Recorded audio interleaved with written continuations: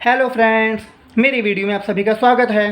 जैसा कि मैंने आप सभी से वादा किया था कि नेक्स्ट वीडियो में मैं बात करूंगा रेवेन्यू के बारे में और एक्सपेंस के बारे में, तो फिर मैं लो आ गया। रिवेन्यू रिवेन्यू का सिंपल मीन्स होता है इनकम। अब अगर आप किससे पूछेंगे तो आपको यही बताएगा, बट इतना सिंपल भी नहीं होता है। क्यों होता है, इनकम क्या है, उसके बारे में बात करते हैं। पहले एग्जाम्पल समझते हैं, उसके बाद डेफिनेशन पे आएंगे। ओके, सपोज़ कीजिए एक बर्गर की शॉप वाला है, वो बर्गर बेच रहा है। उसकी मंथली के बारे में एग्जांपल बात करते हैं, मंथली सेल्स के बारे में। सपोज़ कीजिए उसने किसी पर्टिकुलर मंथ में 10,000 बर्गर बेचे और एक बर्गर है 100 रुपये का, तो बर्गर में से उसकी सेल कितनी हुई, 10 लाख रुपये हुई। हुई कि नहीं हुई? तो टोटल सेल वही उसका क्या कहलाएगा, रेवेन्यू। ये इनकम नहीं है। इनकम कैसे निकलता है वो इधर आप देख सकते हैं नीचे। रिवेन्यू में से जब वो अपने नॉर्मल एक्सपेंसेस लेस कर देगा, सपोज़ कीजिए जिस शॉप में वो काम कर रहा है वहाँ का उसको कुछ रेंट पे करना है, जो भी उसका रेंट है, इलेक्ट्रिसिटी पे करने होगा।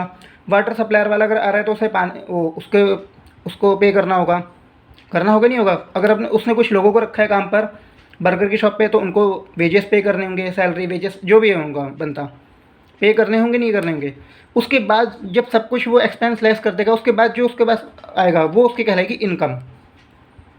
एक की पॉइंट है, आप याद रखिएगा, रिवेन्यू ऊपर आ रहा है और इनकम नीचे आ रहा है। इसे मैंने की पॉइंट क्यों कहा है, जब आप इनकम स्टेटमेंट करेंगे ना तो आपको अच्छे से समझ में आ जाएगा। बस इस बात को ध्यान रखिएगा, मैंने ध्यान रखने के लिए बताइए आपको। अब इसकी डेफिनेशन पे आते हैं। Revenue is the income of the firm from the sale of its product. ये चीज़ है ना, रेवेन्यू क्या इनकम है कि कहाँ से निकली, इसकी प्रोडक्ट को सेल करने से। रेवेन्यू दो तरह के थे, ऑपरेटिंग और नॉन ऑपरेटिंग। ऑपरेटिंग रेवेन्यू की डेफिनेशन है ये रही, operating revenue earn from the business activity such as sale. ये इसका ऑपरेटिंग एक्टिविटी है। नॉन ऑपरेटिंग एक्टिविटी क्या है, सपोज़ कीजिए आप किसी कंप्यूटर सेंटर पे कंप्यूटर पढ़ाते हैं, आपके पास एक रूम एक रूम खाली है जिसने आपको जो आपने रेंट पे दे दिया, सॉरी। अब उस रेंट पे वाले रूम पर जो है एक टीचर आ रहा है, इंग्लिश पढ़ा रहा है या मैथमेटिक्स पढ़ा रहा है, कोई भी है। आपने उससे कहा ठीक है तुम पढ़ाओ, मुझे मंथली रेंट इतना दे देना। तो वो आपकी डायरेक्ट बिजनेस से नहीं आ रही है, वो इनडायरेक्टली आ रही है, तो वो कहलाएगा आपका नॉन ऑपरेटिंग रेवेन्यू। नीचे रेवेन्यू का फॉर्मूला नॉर्मली लिखा हुआ है। फॉर्मूला ना कह के आप इसे आप खुद भी बना सकते हैं, जैसे कि आपने पीछे एग्जांपल में देखा था। क्वांटिटी क्या है, वही है 10,000 बर्गर, और प्राइस 100 रुपये जो मैंने बताया था उसी को ये फार्मूला बता देते हैं। बट ये कोई फार्मूला नहीं है, फार्मूले होते नहीं है, ये आपको समझने पड़ते हैं। फार्मूले तो बाद में बनते हैं, अगर आप समझ गए तो समझो आपको फार्मूला आ गया। समझना ज़्यादा ज़रूरी होता है। एक्सपेंस मीन्स सिंपल होता है खर्च, जो आपको खर्चा हुआ है। डेफिनेशन हालांकि मैंने लिख दी है। Expense is the money spend और cost incurred by business in their effort to generate revenue. Revenue को जनरेट करने में जो आपने एक्सपेंस लगाया, मैंने आपको कहा था ना कि आपने शुरू में एक्सपेंस लगाया को जब रेवेन्यू समझाया था। बर्गर जो खरीदे वो एक्सपेंस ही तो था। एक्सपेंस क्या है, डायरेक्ट है इनडायरेक्ट है। ये दो तरह के होते हैं, डायरेक्ट इनडायरेक्ट। डायरेक्ट एक्सपेंस वो होता है जो डायरेक्टली बिजनेस से रिलेटेड होता है, प्रोडक्शन से रिलेटेड होता है, सॉरी बिजनेस नहीं प्रोडक्शन से, सॉरी, या परचेस ऑफ गुड्स है। और जो परचेस ऑफ गुड्स और प्रोडक्शन डायरेक्टली रिलेटेड नहीं होता है वो इनडायरेक्ट होता है। इसके लिए एक छोटा सा एग्जांपल लेता हूँ, बहुत ही अच्छा था। सपोज़ कीजिए आपको पेन बनाने का ऑर्डर मिला है, या पेन नहीं, शर्ट बनने का ऑर्डर मिला है, 100 शर्ट बनाने का ऑर्डर मिला है या 1000 शर्ट बनाने का ऑर्डर मिला है। तो क्या आप वो घर पर बना देंगे?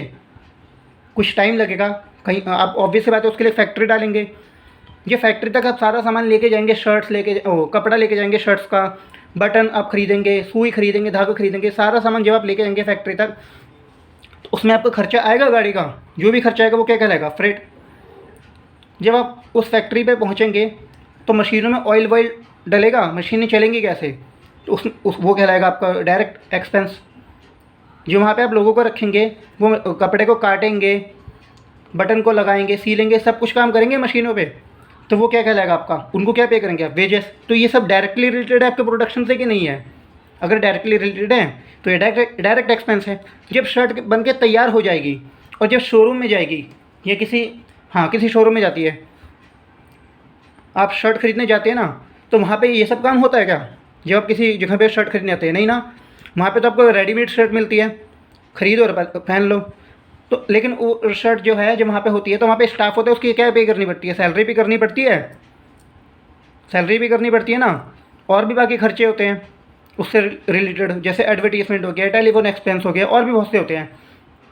तो ये सब खर्चे आपके क्या कहलाएंगे, इनडायरेक्ट हो रहे हैं उस पर ही, शर्ट पर ही, पर डायरेक्टली अलग चीज़ है और इनडायरेक्टली अलग चीज़ है। डायरेक्टली जो डायरेक्ट खर्चे हो रहे हैं, जैसे कि मैंने एग्जांपल में आपको बताया, और इनडायरेक्टली वो हैं वहाँ पे सेल्समैन खड़ा है, उसने शर्ट को हाथ में लगाया, कुछ नहीं किया, वो बस बेच रहा है, पर वो इनडायरेक्टली उस पर काम कर रहा है, तो वो क्या कहलाएगा, इनडायरेक्टली एक्सपेंस।